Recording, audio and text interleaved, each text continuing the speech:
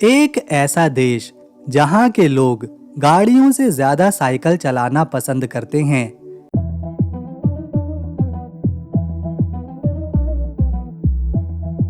ये वो देश है जिसे दुनिया का सबसे खुशहाल लोगों का देश कहा जाता है।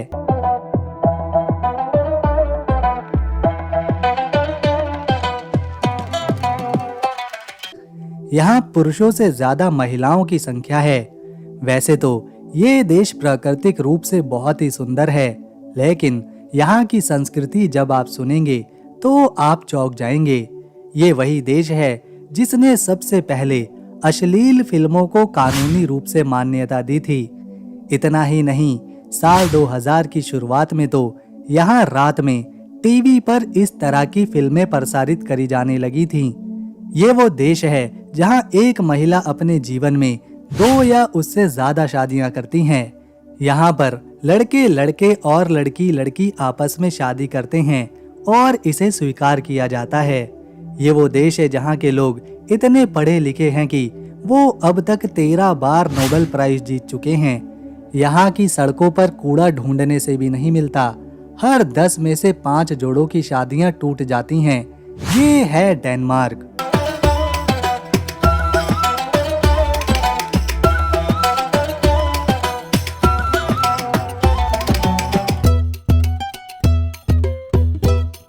आपने पहले भी इस देश के बारे में सुना होगा या बहुत सी वीडियोस देखी होंगी, लेकिन आज हम आपको डेनमार्क के बारे में कुछ ऐसी बातें बताएंगे जिसे सुनने के बाद आप कहेंगे देश तो सुंदर है, लेकिन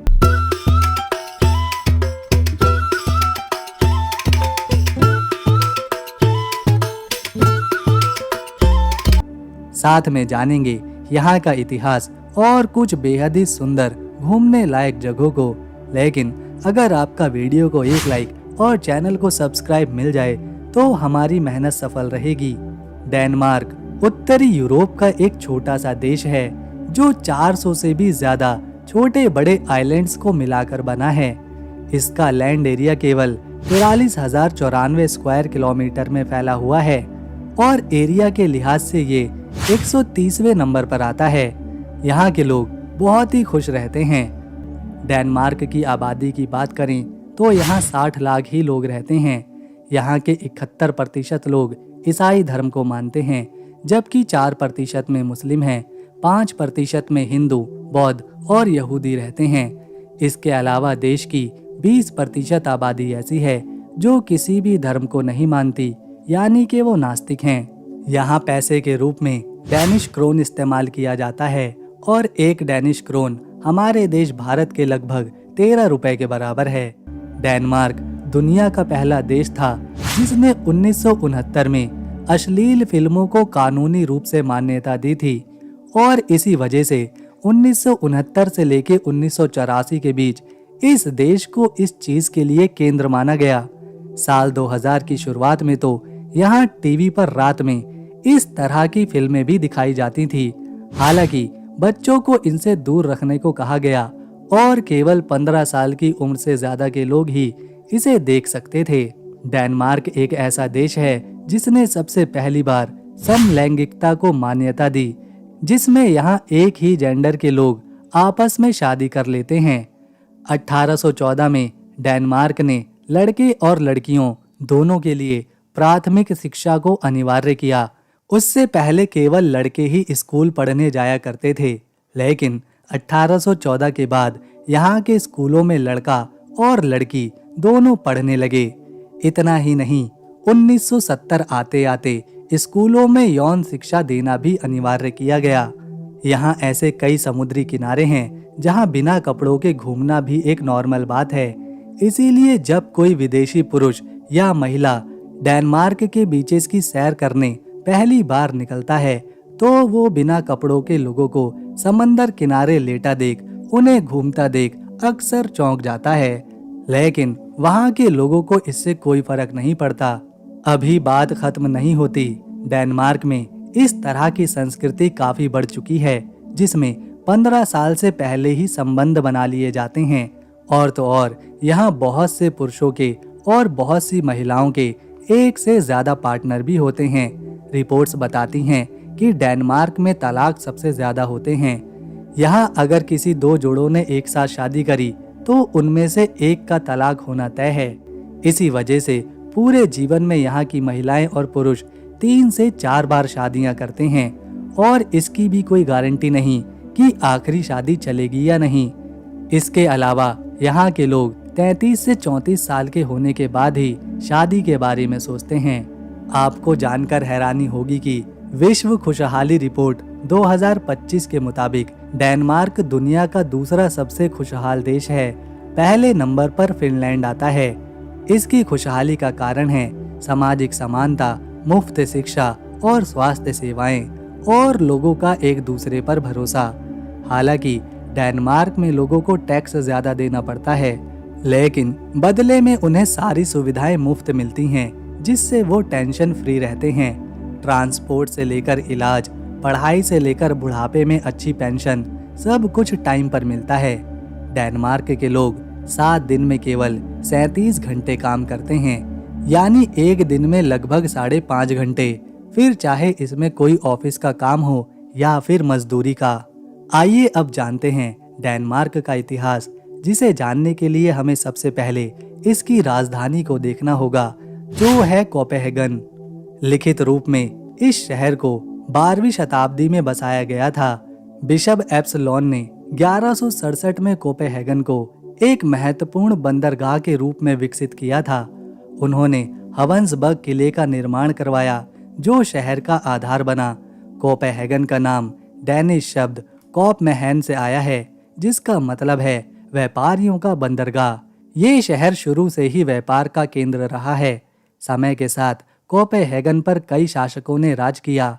डेनमार्क के राजवंश, खासतौर पर ओल्डेनबर्ग वंश, उसने 15वीं शताब्दी से शहर को अपने कंट्रोल में लिया और फिर 1443 में कोपेनहेगन को डेनमार्क की राजधानी घोषित किया गया। बाद में डेनमार्क के राजाओं जैसे क्रिश्चियन IV ने शहर को सांस्कृतिक और प्रशासनिक केंद्र बनाया। इन्होंने कई किले भी बनवाए, जिसमें रोसेनबर्ग कैसल और बोर्सन जैसे ऐतिहासिक भवनों का निर्माण हुआ। 18वीं और 19वीं शताब्दी में कोपेनहेगन ने आग और युद्धों का सामना किया, जैसे 1807 में ब्रिटिश बमबारी, जिसने शहर को काफी नुकसान पहुंचाया। फिर भी ये शहर दोबारा उठ खड़ा हुआ और औद्योगिक क्रांति के दौरान खुद को तेजी से विकसित किया। 20वीं शताब्दी में कोपेनहेगन आधुनिक बना। मेट्रो सिस्टम और साइकिल फ्रेंडली सड़कों के साथ एक हरियाली से भरपूर शहर दिखाई देने लगा। आज ये दुनिया के सबसे रहने योग्य शहरों में से एक है, जो अपनी सांस्कृतिक विरासत, डिजाइन और नए विचारों के लिए जाना जाता है। कोपेनहेगन का बंदरगाह अब भी अर्थव्यवस्था का महत्वपूर्ण हिस्सा है और ये पर्यटन और व्यापार का केंद्र बना हुआ है। कोपेनहेगन का सबसे प्रसिद्ध पर्यटन स्थल टिवोली गार्डन है, जो दुनिया के सबसे पुराने मनोरंजन पार्कों में से एक है। इसे 1843 में स्थापित किया गया था। ये पार्क शहर के बीचों बीच मौजूद है और हर साल लाखों सैलानियों को आकर्षित करता है। टिवोली गार्डन में रोलर कोस्टर, खूबसूरत बगीचे, थिएटर और रेस्टोरेंट हैं। इसकी स्थापना जॉर्ज कार्सेंटन्स ने की थी। ये पार्क न केवल मनोरंजन के लिए है, बल्कि ये कोपेनहेगन की सांस्कृतिक पहचान का भी हिस्सा है। क्रिसमस और हैलोवीन के दौरान टिवोली का जादुई माहौल और सजावट इसे और भी सुंदर बना देते हैं। ये पार्क बच्चों और बड़ों दोनों के लिए खास जगह है और ये वॉल्ट डिज्नी को डिज्नीलैंड के लिए भी प्रेरित करने के लिए माना जाता है। यहाँ के लोग काफी पढ़े लिखे हैं, तभी तो अब तक ये देश 12 बार नोबेल प्राइज अपने नाम कर चुका है, जिसमें नील्स बोर ने 1922 में और बियॉन लॉम्बर्ग ने 2001 में ग्लोबल वार्मिंग में इसे जीता था। ये है डेनमार्क का सबसे प्रसिद्ध किला, क्रोनबॉर्ग किला। इसे एल्सिनोर कैसल भी कहा जाता है। ये डेनमार्क के सबसे महत्वपूर्ण ऐतिहासिक जगहों में से एक है। इसकी नींव 1420 के दशक में राजा एरिक 7 ने रखी थी। तब ये एक छोटा सा किला था। 1574 में राजा फ्रेडरिक II ने इसे एक सुंदर किले में बदला, जिसे आज हम क्रोनबर्ग के नाम से जानते हैं। ये किला 17वीं शताब्दी में डेनमार्क की शक्ति का प्रतीक बना। 1629 में आग लगने के बाद राजा क्रिश्चियन फोर्थ ने इसे दोबारा से बनवाया। क्रोनबर्ग को साल 2000 में यूनेस्को की विश्व धरोहर स्थलों में शामिल किया गया। ये विलियम शेक्सपियर के नाटक हैमलेट की भी खास जगह है, जिसके कारण इसे विश्व साहित्य में प्रसिद्धि मिली। पूरा देश घूमने के बाद आप यहाँ की ताज़ी और शुद्ध हवा के साथ साथ प्राकृतिक नज़ारों को हमेशा याद रखेंगे। यहाँ की सड़कों पर ज्यादा भीड़ नहीं रहती, लोग ईमानदार हैं और काफी शांत स्वभाव के भी। इसे दुनिया के सबसे स्वच्छ देशों में भी गिना जाता है, क्योंकि यहाँ आपको कूड़ा ढूंढने से भी नहीं मिलेगा। प्रदूषण ना फैले, इसके लिए लोग या तो ज्यादा से ज्यादा साइकिल का इस्तेमाल करते हैं या फिर पब्लिक ट्रांसपोर्ट का। जो कंपनीज और फैक्ट्रीज हैं वो भी अपना केमिकल या कचरा सीधे नदियों में नहीं छोड़ती, जिससे यहाँ की नहरें साफ बनी हुई हैं। ये है बॉर्नहोम, बाल्टिक सागर में मौजूद डेनमार्क का एक छुपा हुआ हीरा, जो अपनी प्राकृतिक सुंदरता और शांत वातावरण के लिए जाना जाता है। ये द्वीप कोपेनहेगन से लगभग 150 किलोमीटर दूर है और स्वीडन के करीब होने के बावजूद डेनिश संस्कृति को दर्शाता है। इस द्वीप पर लगभग 39,000 लोग रहते हैं, जो इसे बहुत ही कम भीड़ भाड़ वाला बनाते हैं। यहाँ की चट्टानी पहाड़ियाँ जैसे हैमरशस के खंडरों वाली पहाड़ी और घने जंगल जैसे अल्मिंडिंगन प्राकृतिक प्रेमियों को बहुत पसंद आते हैं। द्वीप के उत्तरी हिस्से में ग्रेनाइट चट्टानें और दक्षिण में सफेद रेतीले समुद्र के तट जैसे जादुई चित्र लगते हैं। बॉर्नहोम का हल्का मौसम और साइकिलिंग ट्रेल्स इसे शांत छुट्टियों के लिए एक आदर्श जगह बनाते हैं। बॉर्नहोम अपनी प्राकृतिक सुंदरता, शांत वातावरण और कम आबादी के कारण डेनमार्क का एक अनूठा पर्यटन स्थल है।